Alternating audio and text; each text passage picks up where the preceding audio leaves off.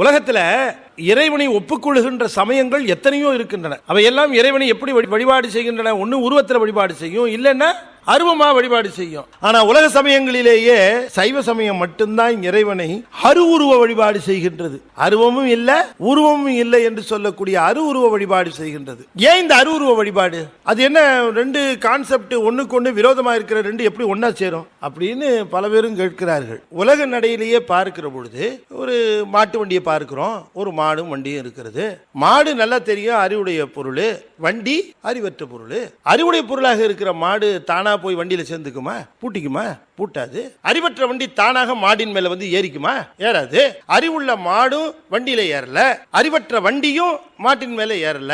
அப்ப அறிவுள்ள மாடும் அறிவற்ற வண்டியும் ஒன்னா சேர்ந்திருக்க எப்படி? இரண்டும் சேர்ந்து இருக்கிறத பார்க்கிற பொழுது இரண்டையும் சேர்த்து வைத்த மாட்டு வண்டிக்காரன் ஒருவன் இருக்கிறான் என்று நாம தெரிந்து கொள்ளலாம். சரி, இப்ப விஷயத்துக்கு வருவோம். இப்ப இந்த உடம்பு இருக்கிறதே, இந்த உடம்புக்குள்ள உயிர் இருக்கிறது அல்லவா? அப்ப உள்ளே இருக்குதே உயிர், இதுக்கு அறிவு உண்டா இல்லையா? அறிவு உண்டு. கடவுள் இல்லைன்னு வேணான்னு சொல்லுவானே தவிர தனக்கு அறிவு இல்லைன்னு எவனும் சொல்ல மாட்டான்.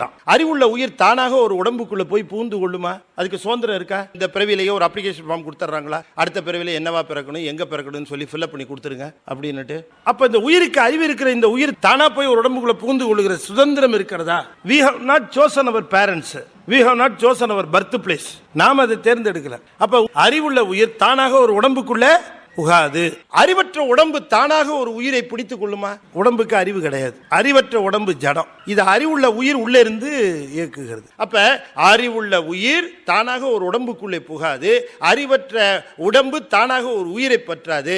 ஆனாலும் கூட அறிவுள்ள உயிரும் அறிவற்ற உடம்பும் சேர்ந்து இருக்கிறதை பார்க்கிற பொழுது நமக்கு அறிவுள்ள மாடும் அறிவற்ற வண்டியையும் சேர்த்து வைத்த ஒரு மாட்டு வண்டிக்காரன் இருப்பது போல அறிவுள்ள உயிரையும் அறிவற்ற உடம்பையும் சேர்த்து வைத்த மாட்டு வண்டிக்காரன் இறைவன் இருக்கிறான் என்று நாம தெரிந்து கொள்ளலாம். பெரிய மாட்டு வண்டிக்காரன் தான். ஆனா மாடு என்ன நினைக்கும்? அன்னைக்கு ஏதாவது ஒரு போயிட்டு இருக்கும்போது நம்ம இன்னைக்கு இந்த தெரு வழியா போகணும்னு நினைச்சோம், போயிட்டு இருக்கோம்னு நினைக்கும். ஆனா மாட்டு வண்டிக்காரன் எந்த பக்கம் செலுத்துறானோ அந்த பக்கம் தான் வண்டி போகும். என்னைக்காவது மாட்டை அவுத்து விடணும்னு நினைக்கிற அந்த வண்டிக்காரன் மாட்டை பார்த்து கேட்கறானா? எப்ப அவுத்து விடணும்னு வண்டிக்காரனுக்கு தெரியும். அதுபோல இறைவனாகிய மாட்டு வண்டிக்காரன் மூச்சாகிய மூக்கணாங்கயிற்றை கழட்டி மாடாகிய உயிரை வண்டியாகிய உடம்பிலிருந்து கழற்றி விடுகிற நேரம் மாடு வண்டி தனித்தனியா போகும். அன்னைக்கு தான் மரணம் நிகழ்வு.